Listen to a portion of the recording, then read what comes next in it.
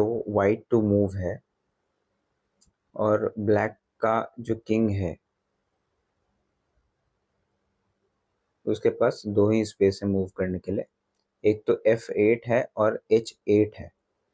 ये back rank checkmate का example हो सकता है, जहाँ पे हम देख सकते हैं कि F8 जो स्क्वायर है वो काफ़ी वीक है और उसके पास डिफेंडर सिर्फ एक है जो कि A8 का रुक है। अगर हम क्वीन से F7 पे चेक दें तो किंग को H8 पे जाना पड़ेगा और कोई ऑप्शन नहीं होगा। उसके बाद हम क्वीन सेक्रीफाइस करेंगे F8 पे रख के, एंड देन रुक कैप्चर होगा और उसके बाद जो F वाला रुक है वो कैप्चर करेगा तो किंग के पास कोई स्पेस नहीं बचेगा और किंग जो है वो चेकमेट हो जाएगा। तो ये सारी चीज़ें विजुअलाइज करनी पड़ेंगी पहले मूव चलने के पहले, मतलब बोर्ड पे होने से पहले ये सारी चीज़ें दिमाग में होनी चाहिए, तब जाकर के वो बोर्ड पे अच्छे तरीके से इम्प्लीमेंट हो पाएंगी। जैसे मैंने बोला कि चेक देंगे, किंग के पास कोई और जगह नहीं है, किंग मूव करेगा क्योंकि किंग के पास दो ही जगह था, एक F8 और एक H8। तो F8 जो था वो भी किंग, मतलब जो क्वीन है F7 पे वो अटैक कर रहा था उस पोजीशन को, इसलिए अभी किंग मूव कर गया कहाँ, H8 पे। अभी हम क्वीन सेक्रीफाइस करेंगे F8 पे रख के, यहाँ पे जो रुक था A8 पे वो कैप्चर किया और हम देख सकते हैं कि अभी हम कैप्चर बैक कर सकते हैं रुक से, और जैसे ही हम कैप्चर बैक करेंगे जो किंग है उसके पास एक ही स्पेस है अभी G8 और वो ब्लॉक्ड रहेगा, इसलिए वो चेकमेट हो जाएगा। नेक्स्ट, अभी किंग मूव किया है A4 पे, ब्लैक का किंग मूव किया A4 पे, व्हाइट टू मूव है अभी। इस मूव में हम देख पा रहे हैं कि जो रुक है किसका, A5 का रुक, वो क्वीन पे अटैक कर रहा है, व्हाइट की क्वीन पे।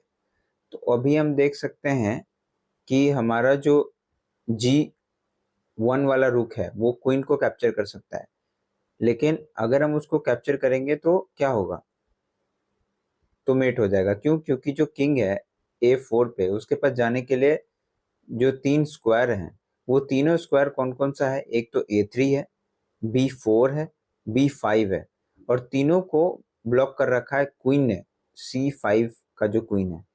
तो ये करेक्ट सॉल्यूशन होगा इस मोमेंट पे, मेट इन वन था ये। अभी देख सकते हैं इस मूव में बिशप ने कैप्चर किया है, तो अभी हम देखेंगे ब्लैक के किंग की तरफ। अभी भी वाइट टू मूव है, ब्लैक के किंग के पास देखेंगे तो चलने के लिए क्या जगह है, एक स्पेस है अभी G6, क्योंकि अभी तो बिशप को कैप्चर करेगा रुक, तो किंग के पास सिर्फ एक ही जगह बचेगा। यहाँ पे बेस्ट मूव क्या हो सकता है, सबसे पहले हम देखते हैं चेक्स। चेक्स इसमें कुछ आ नहीं रहा है, then threads and then capture.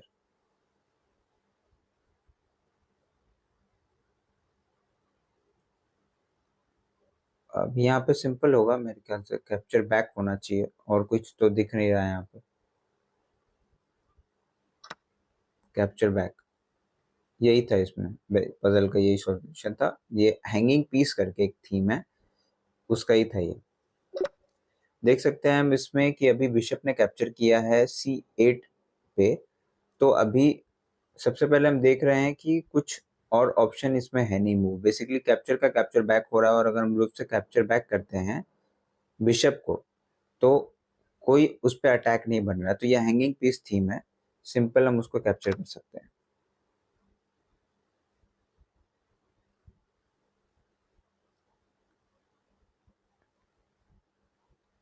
Next हम देखेंगे, अभी हम देख पा रहे हैं कि जो किंग है वो लास्ट रैंक पे अटका हुआ है, ब्लैक का किंग, और उसके पास एक स्पेस जो है F7 उसको भी क्वीन ने कैप्चर कर रखा है। मतलब अगर हम सिंपल एक बैक जो लास्ट रैंक है उस पर अगर हम चेक देख पाए तो ब्लैक जो है वो चेकमेट हो जाएगा, क्योंकि उसके पास चलने का कोई मूव नहीं है। तो हम कैसे चेक दे सकते हैं, दूसरा क्वेश्चन ये खुद से पूछना पड़ेगा। तो हम देख पा रहे हैं कि जो H3 का रुक है वो जा सकता है H8 पे और ब्लैक के किंग को चेक देगा। तो वो जो चेक है वो डिटरमाइनिंग चेक हो जाएगा, क्योंकि उसमें एक ही ऑप्शन बचता है ब्लैक के पास कि जो रुक है G7 पे वो G8 पे चला जाए और ब्लॉक करे रुक के अटैक को। लेकिन तभी हम जो हमारा क्वीन है वो सिंपल उस रुक को कैप्चर कर सकता है, या हम रुक से भी कैप्चर कर सकते हैं। बार बार बोल रहा हूँ, ये सारी चीजें दिमाग में होनी चाहिए बोर्ड पे होने से पहले। ये विजुअलाइजेशन धीरे धीरे करने पे ही समझ आएगा, जितना सॉल्व करते जाएंगे, बेसिकली एक एक प्रॉब्लम है और एक एक प्रॉब्लम को जितना सॉल्व करेंगे उतना बोर्ड पे चीजें दिखने लगेंगी। जैसे अभी हमने दिया चेक, यही सॉल्यूशन था, क्योंकि इसमें अगर रुक नीचे भी जाता देन ऑल्सो हम क्वीन से कैप्चर कर लेते और सॉल्व हो जाता है पजल। नेक्स्ट हम देखेंगे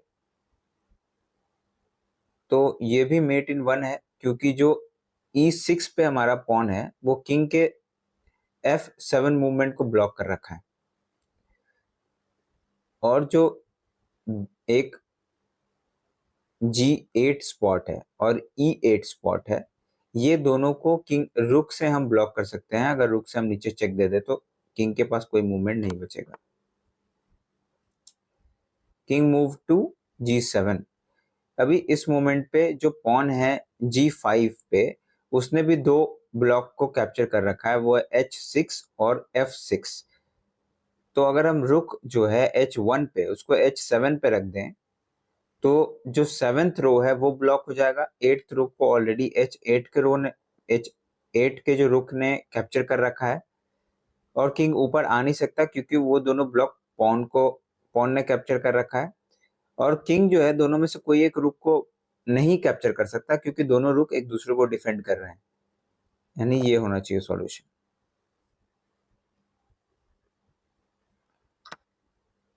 नेक्स्ट पॉन कैप्चर हो चुका है, व्हाइट ने कैप्चर किया है, ब्लैक टू मूव है। इस टाइम पे अगर हम देख रहे हैं कि हमारे दो पास्ट पॉन्स हैं H और G के, जो नीचे की तरफ जा रहे हैं, लेकिन अगर हम H वाला पॉन पुश करेंगे तो G वाला पॉन ड्रॉप हो जाएगा, और जो व्हाइट है वो सिर्फ एक कदम दूर है क्वीन बनाने से, और white will be a queen up. तो इस सिचुएशन में हम क्या कर सकते हैं?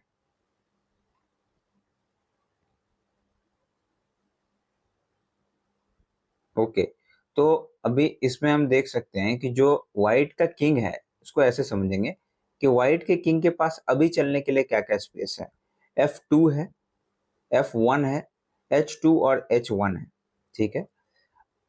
तो जो F1 है उसको और H1 को जो मूवमेंट है वो रोका हुआ है किस पॉन ने?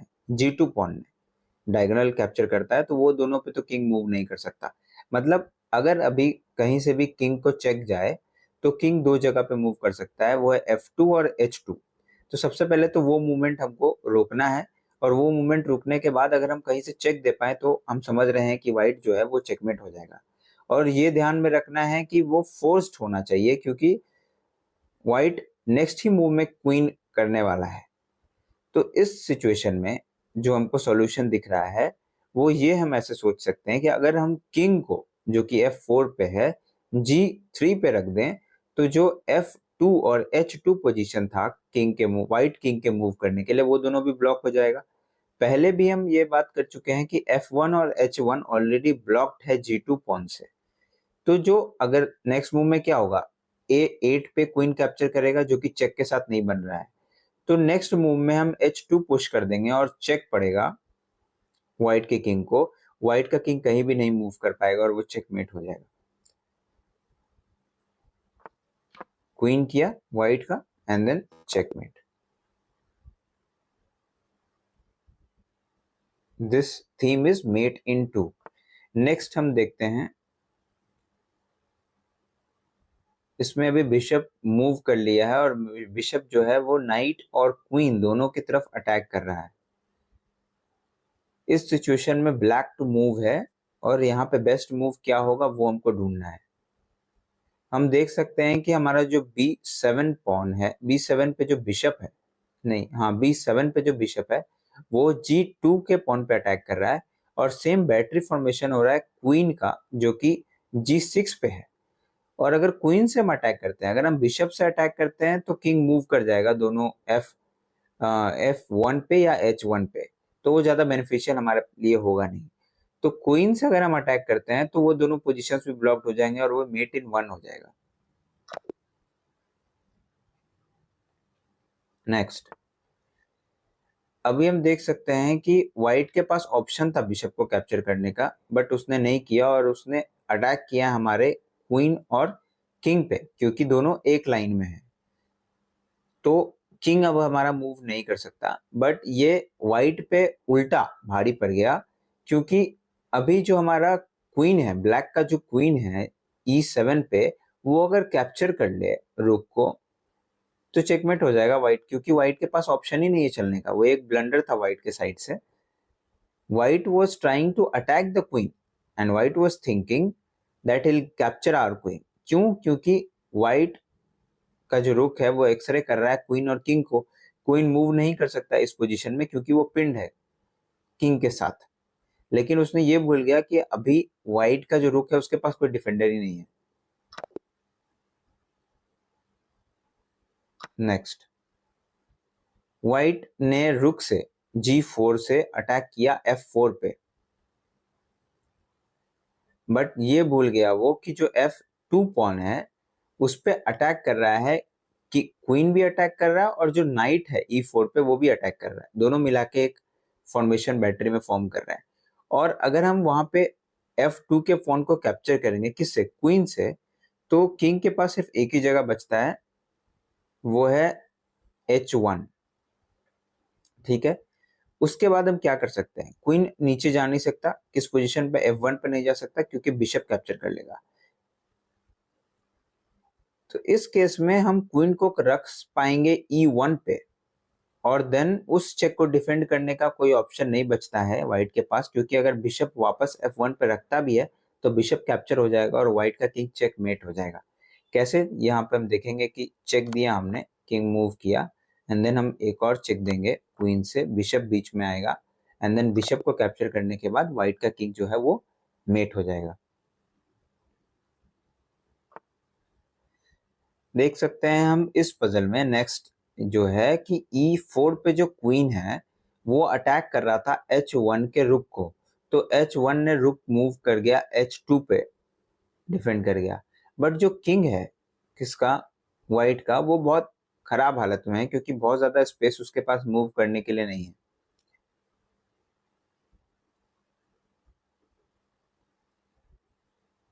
यहाँ पे बेस्ट मूव हमको ढूंढना है।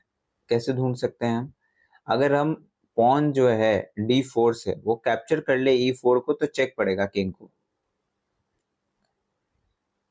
हाँ, लेकिन हम सेम टाइम पे पॉन से ना कैप्चर करके क्वीन से भी तो कैप्चर कर सकते हैं। अगर हम क्वीन से कैप्चर करेंगे तो जो वो जो डायगोनल है, मतलब E4 E3 वाला जो डायगोनल है, E3 D2 C1, वो ब्लॉक हो जाएगा। और ये जो कॉलम है E कॉलम, वो तो ऑलरेडी ब्लॉक हो रखा है, और थर्ड रो भी ब्लॉक हो जाएगा। मतलब चेकमेट हो जाएगा, कोई ऑप्शन नहीं बचेगा ब्लैक व्हाइट किंग के पास। ये भी मेट इन वन का ही एक थीम का एग्जांपल हो सकता है। करेक्ट।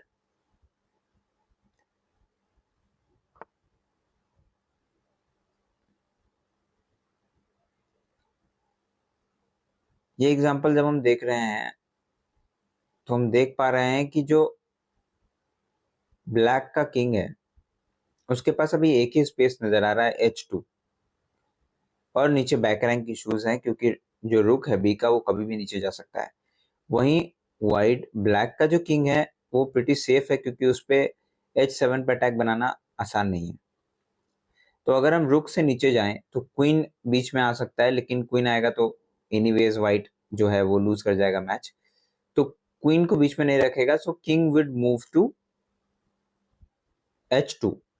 वहां पे हम क्वीन से अटैक बना सकते हैं वापस अपने F4 पे रख के, देन लेकिन G2 वाला जो पॉन है वो पुश हो जाएगा। तो इस केस में हम क्वीन से अगर हम कैप्चर कर ले F2 को, और क्वीन बैक वापस से अगर कैप्चर करे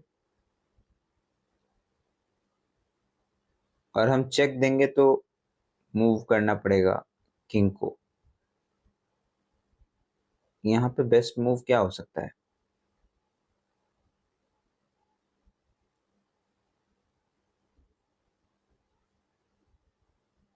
हाँ, तो ऐसे सोच सकते हैं हम, ऐसे सॉल्यूशन ढूंढना है। बेसिकली ये मैथ्स है, आपको प्रॉब्लम सॉल्विंग करनी पड़ेगी, सारे डायरेक्शन से देखने पड़ेंगे कि क्या चीजें हैं। और वही बात है कि जितनी जल्दी आप सोच पाएंगे, जितना ज्यादा आप ये सॉल्व करेंगे, जैसे अभी ये सॉल्व हो रहा है, उतना ज्यादा आपका पकड़ बनेगा, उतने ज्यादा चीजें आपको दिखेंगी बोर्ड पे। जैसे अभी मुझे दिख रहा है कि मैं रुक से अगर अभी अटैक करता हूँ B1 पे, कौन से वाले रुक से, B3 वाला जो है उसको B1 पे ले जाके किंग पे अटैक करूं, तो किंग मूव कर जाएगा कहाँ पे, H2 पे। ठीक है, मूव कर गया। फिर हम क्या करेंगे, क्वीन से अटैक करेंगे F2 पे, H2 पे अटैक करेंगे F4 पे रख के क्वीन को। उससे क्या होगा, पॉन जो है कहाँ वाला, G वाला, G2 पॉन को पुश करना पड़ेगा क्योंकि और कोई ऑप्शन नहीं बचेगा व्हाइट के पास। देन हम F2 वाला पॉन कैप्चर करेंगे, क्वीन जो व्हाइट का है वो कैप्चर करेगा, देन हम रुक से कैप्चर करेंगे। और क्योंकि व्हाइट का जो किंग है उसके पास ऊपर नीचे दोनों जाने का ऑप्शन नहीं बचेगा, इसलिए वो मेट हो जाएगा। ये सारी चीजें माइंड में चल रही हैं, मुझे मूव करते हुए मेरे पीसेस मैं माइंड में मूव करते हुए देख पा रहा हूँ। वहां तक आपको जाना होगा अगर आप इसको सॉल्व करते हैं तो। टैक्टिकली स्ट्रांग होना पड़ेगा। तो पहला ये मूव था, जैसा मैंने बोला चेक, और H2 पे किंग मूव कर गया है। और अभी भी हम F जो 2 है, F2 का पॉन को कैप्चर कर सकते हैं, लेकिन वो क्वीन कैप्चर करेगा और हम वापस रुक से कैप्चर कर सकते हैं क्वीन को, लेकिन वो मेट नहीं होगा। यहाँ पे मेट करने का एक ऑप्शन बस यही है कि हम पहले चेक दें, और अभी क्योंकि व्हाइट का जो H2 पे किंग है वो नीचे नहीं जा सकता, तो उसको पॉन पुश ही करना पड़ेगा, और कोई भी ऑप्शन नहीं था व्हाइट के पास डिफेंड करने का। This was forced. और अभी इस जब ये पॉन पुश हो गया तो हम देख सकते हैं कि G2 का जो पॉन है वो G3 पे आ चुका है, वो वेकेंट स्पेस हो गया है।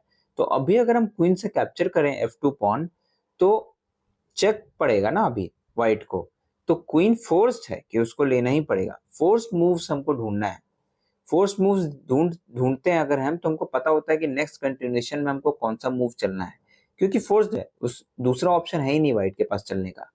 तो इस केस में हम पहले पॉन कैप्चर करेंगे, क्वीन कैप्चर होगा, and then we will capture back with our rook, और वो चेकमेट होगा क्योंकि व्हाइट का जो किंग है वो ना ऊपर जा सकता है ना नीचे।